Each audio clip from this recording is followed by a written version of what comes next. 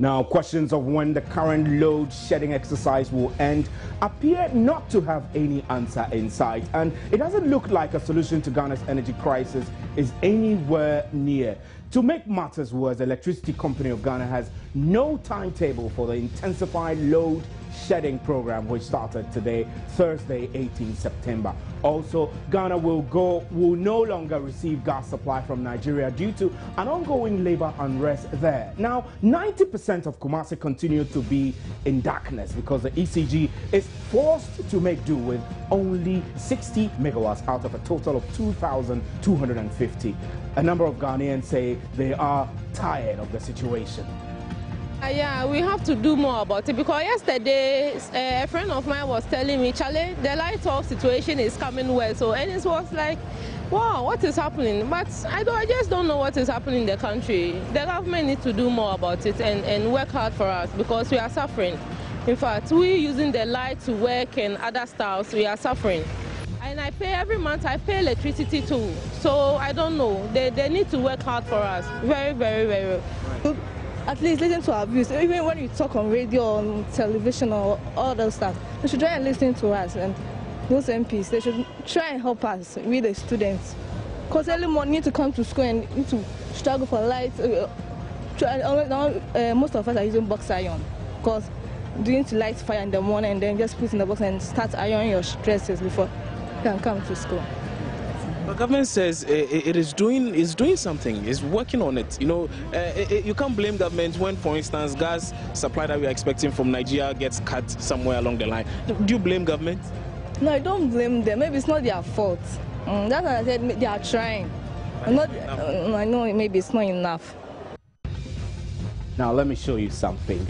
This image that you see here is a long chain of generators at the Tiptoe Lane side, and you can tell from this. I know that you won't be hearing the sound from this generator, but they belong to shop owners in that part of town. The sound of these generators certainly will tell you the huge sums of money business people are spending on fuel to power these generators in these hard economic times in Ghana. Well, this is because the load shedding exercise has intensified. The ECG is unable to provide timelines for the exercise because it does not anticipate the outages to last longer than 12 hours, whether day or night. Government says it is doing everything possible to ensure that the load shedding ends soon, while ECG is advising customers to intensify energy conservation methods. The Electricity Company of Ghana says even though it cannot provide a timetable for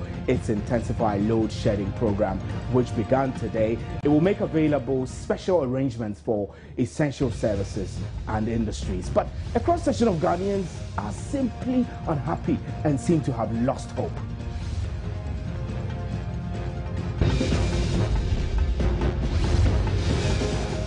My general view is the government is not doing much to that, because at the end of the day, we pay our bills, we do everything, but we don't get what we want. So the government should intensify his, I don't know, whatever he's supposed to do, he should do it so we all be okay. Not at all, not at all. We are not doing as well at all. We should, you know, it's sometimes when you're talking about this thing, you get so emotional that we live in a country that so many things are not working for us. But we just keeping our fingers crossed and hoping that someday to come everything will work out perfectly and everybody will be okay. Oh no, it's not good at all. In fact, I'm a caterer and I used to bake and I have some of my equipment which uses electricity, okay? So I find it very difficult, but I don't know. I have no option. Oh, do so, and we're buying them because I'm not nim date at no possible. I'm best see anona be to be channel. I'm say I then ask so still na you be so. Our area lights out at the other side of the bar. Our part we had lights, so I was lucky. Ah, you were lucky. I see. So, what do you make of this thing, this light off situation? You are managing now. If you say you always complaining light out. See no one it's not paying much attention to you before. Just like even when you complain, people don't listen. People don't listen. You think the government doesn't care? Maybe they are managing. Maybe they are trying their best, but their best is not enough. Now, the ECG has begun a record load shedding program after the Nigerian Petroleum Corporation stopped gas supply to Ghana through the West African gas pipeline as a result of an ongoing indefinite strike by workers there. Nigeria originally is contractually bound to supply Ghana 120 million cubic feet per day of gas through the transactional gas pipeline. But the supply of gas through the West Africa gas pipeline has been falling since the beginning of the year. Kumasi, which is the Ashanti regional capital, appears to be the worst hit area as far as the energy crisis is concerned. An ECG official earlier today told Love News in Kumasi that they are compelled to make do with only 60 megawatts out of a total demand of 2,250 megawatts. Let's get on to the phone lines now and speak to our reporter there, Erastus Asari Donko, my colleague in Ashanti region. Good evening, Erastus. Good evening. Now, tell me the interaction that went on between Love FM and this official, and which official is it anyway? Well, normally we have some relationship with the electricity company in the Ashanti region. So Right. Mr. Erasmus Trebedu is the public relations officer for the ECG Ashanti. Okay. And normally they send us information on when they are asked to shed power. And so the amount they are asked to shed, they communicate that by text messages, and then we call them to clarify issues. So yesterday we had a text message from him indicating that they've been made to a shed of the total capacity of Ashanti region is 2,250, and he communicated that they only have 60 megawatts to distribute, and so that means that the entire Kumasi, with the exception of some few areas, will be off. So from yesterday till now, the situation hasn't changed. Currently, as I speak to you, when you pass through Abuabo area, right through Stadium, going towards Asokwa, the entire area is completely. There are other areas that are off as well. So that is the situation now. It has not changed till now. Right. So, Erastus, I need to understand how people are coping with the situation in Kumasi. For 90% of the city to be off, that should be very, very crippling. Well, if you pass through the central business district, you find out that the sound of power generators are everywhere, and that is for those who can afford to fuel these extra generating plants.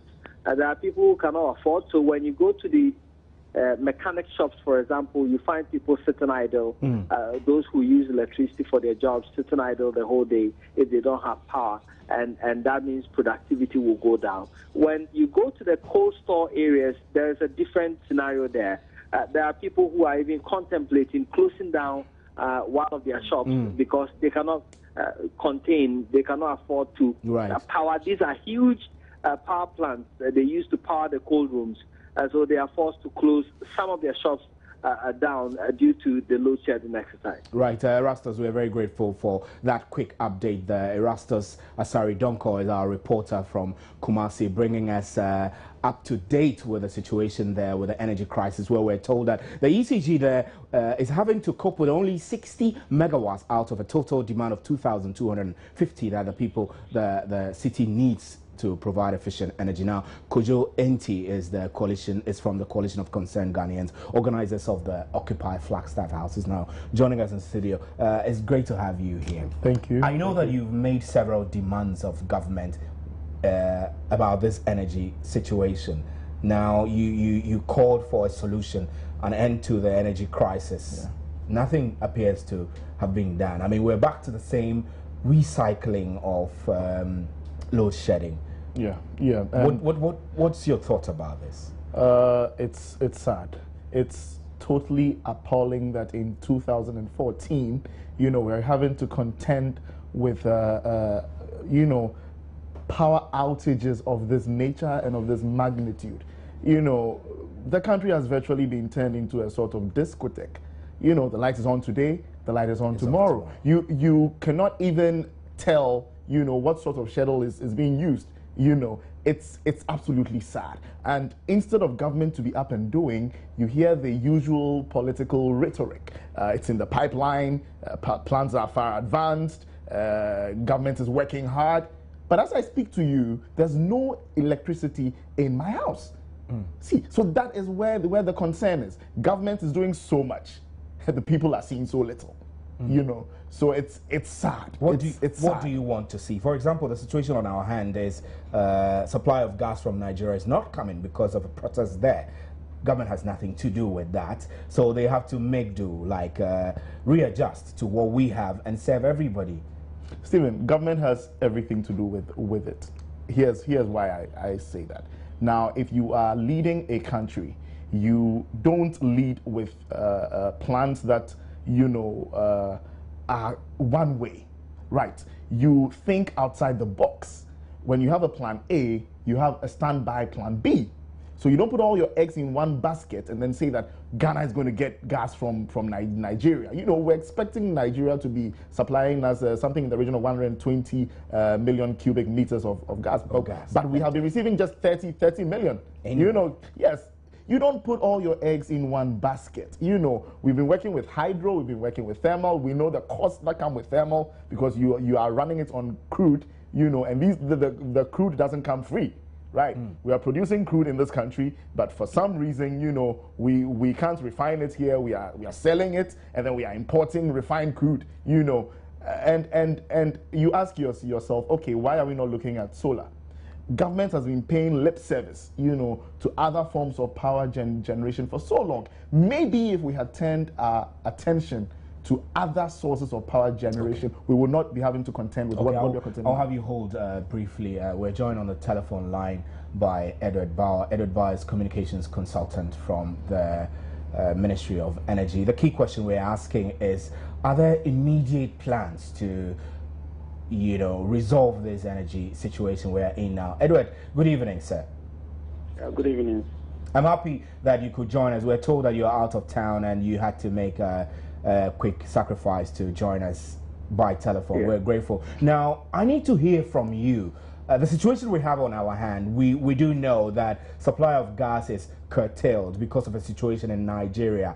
I feel that Ghana wouldn't have a hand in the labor agitation up in Nigeria. But like Kojo Enti here is saying, it doesn't look like there being alternative plans like a plan B or a plan C, and then we're back to the same place we started. No, what can you tell us? In terms of what? Is it in terms of the fuel or in terms of exploring other sources of energy, other options? For example, he mentions solar. I mean, what are we doing to find alternate sources of energy?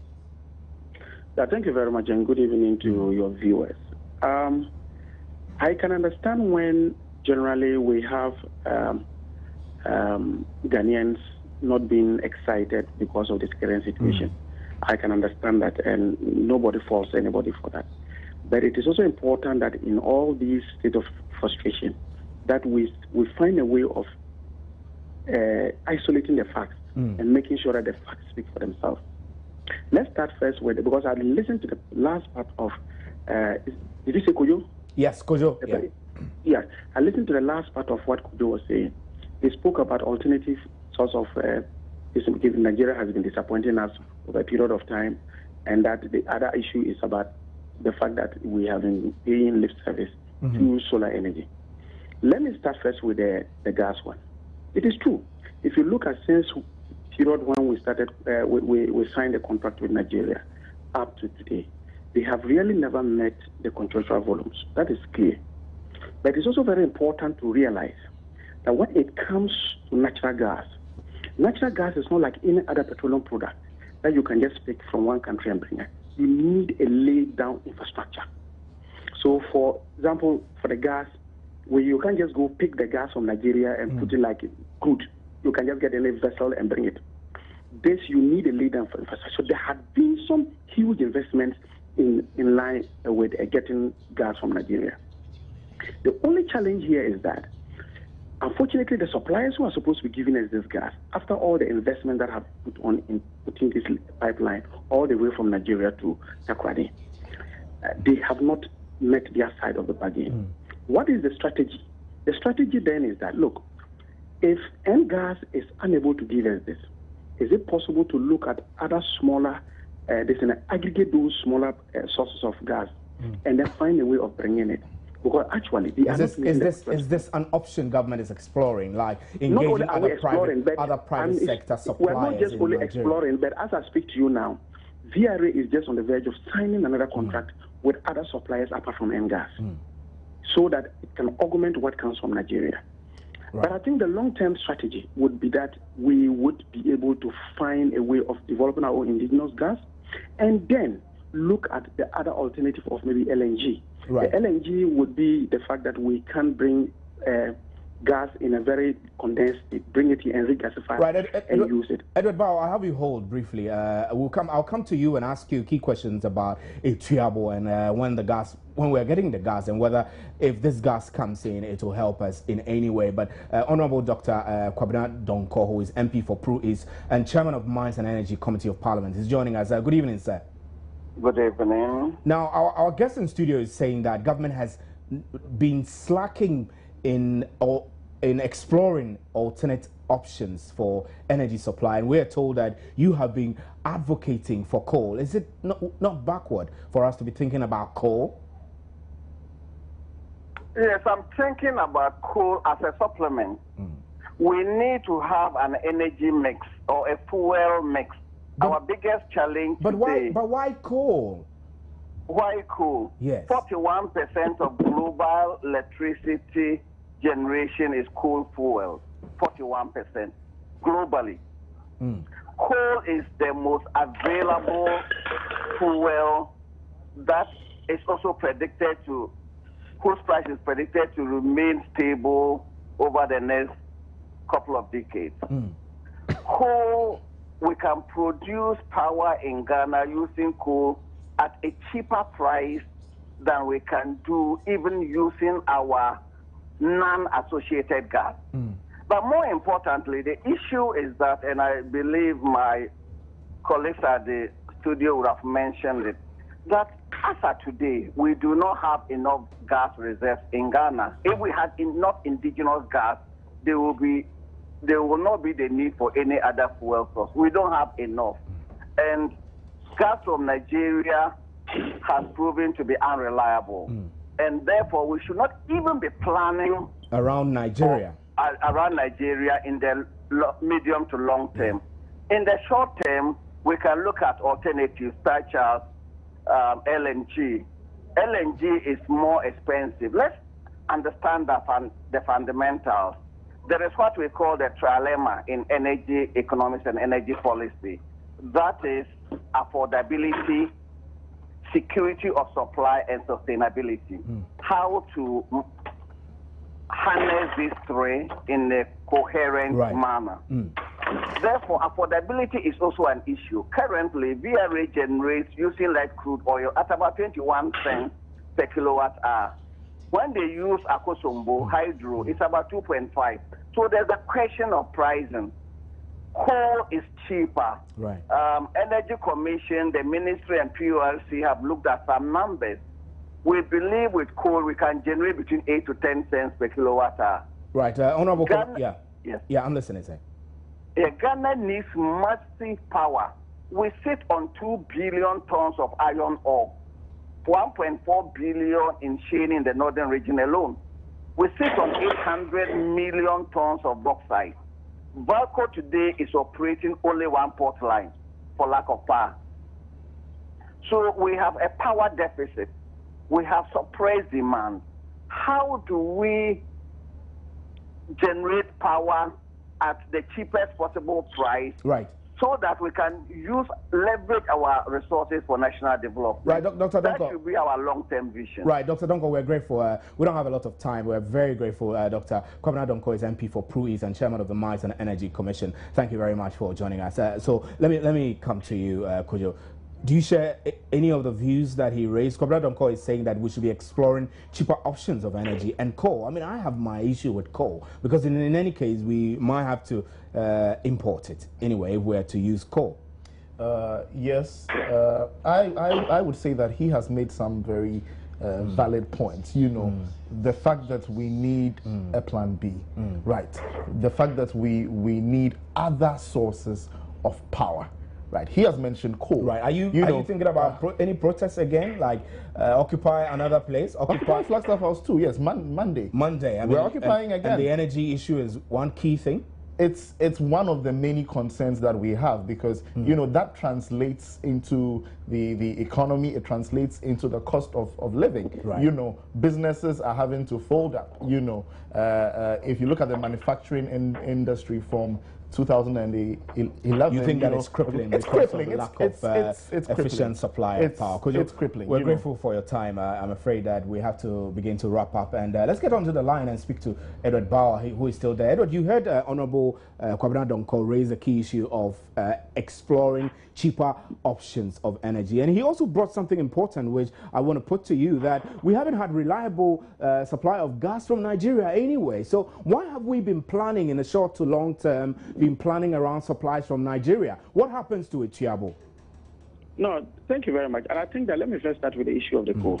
Indeed, what Honorable Kwabena Donkor indicated is something that the ministry has already embarked on. In fact, we have not only made visits to China and then Japan where they use coal, but we've even finished up arrangements to have Asogli put up a 700. That's a Asogli plant that was in wrong with the company. Put up a 700 megawatt plant that will be fired on coal. Yes, we don't have coal in Ghana, but if you do the economics and look at the source of where we can get coal from, particularly South Africa or even in America, we should still be able to produce power at a cheaper cost as compared to natural gas and then crude oil. So that is something that has been there. And you were worried about the fact that how coal you are of the issues about environmental exactly. Indeed, we have what we call the clean coal technology that is currently being used in Japan and in China, where if you look at in terms of emissions, it's about the same level as natural gas. Right. So, I mean, there's technology for that, and that is exactly what we're exploring. Right. Now, in terms of what they call Atuebo, the truth of the matter is that Atuebo, they have finished the construction. The plant is there already. But the regulation in the industry is that now that you have finished, this is a company that has put up its infrastructure. It has to tie it into another company's or another group of people's infrastructure, and that is the Jubilee Partners.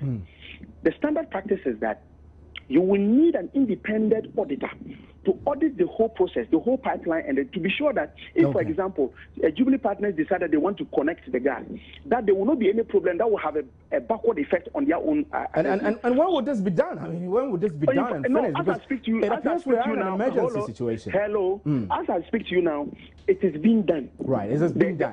The audit is being done.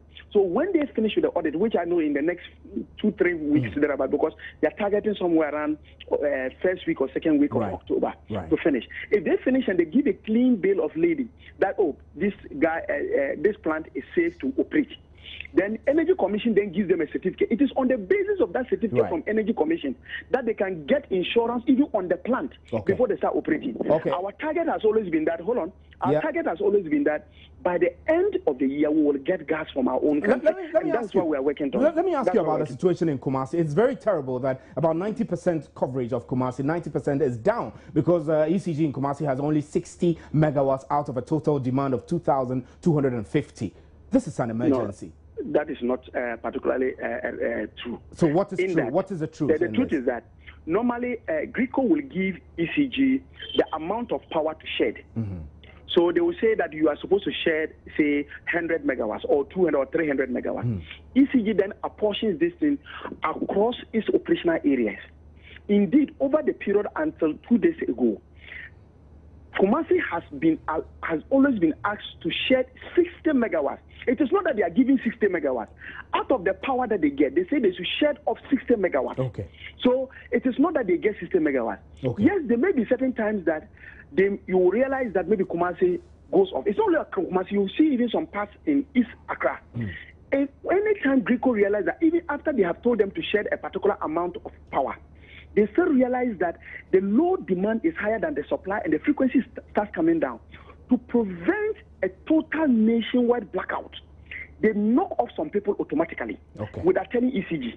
But this is just one of issues. And it is not that ECG Kumasi gets 60 megawatts. It's just that they shared 60 megawatts. Right, that's very fine. Edward Bauer, we're grateful for your time on today's Big Story. Thank you very much. Thanks for joining us. Now, many critics have indicated that should the energy crisis continue, the country's economy is very likely to further drain. So what are the mechanics to manage this, and what is happening reference to the Millennium Challenge Compact 2 that we are supposed to benefit from? Economist Gilbert Ibrahim is joining us. Good evening, sir.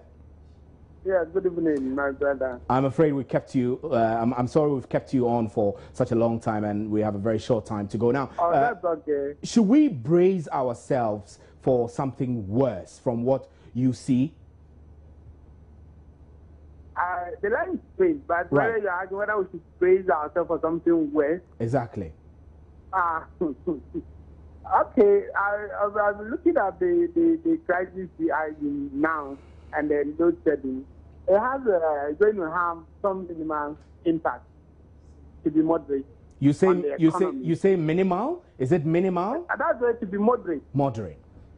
To be moderate, some minimal impact on the economy. But the question is how long.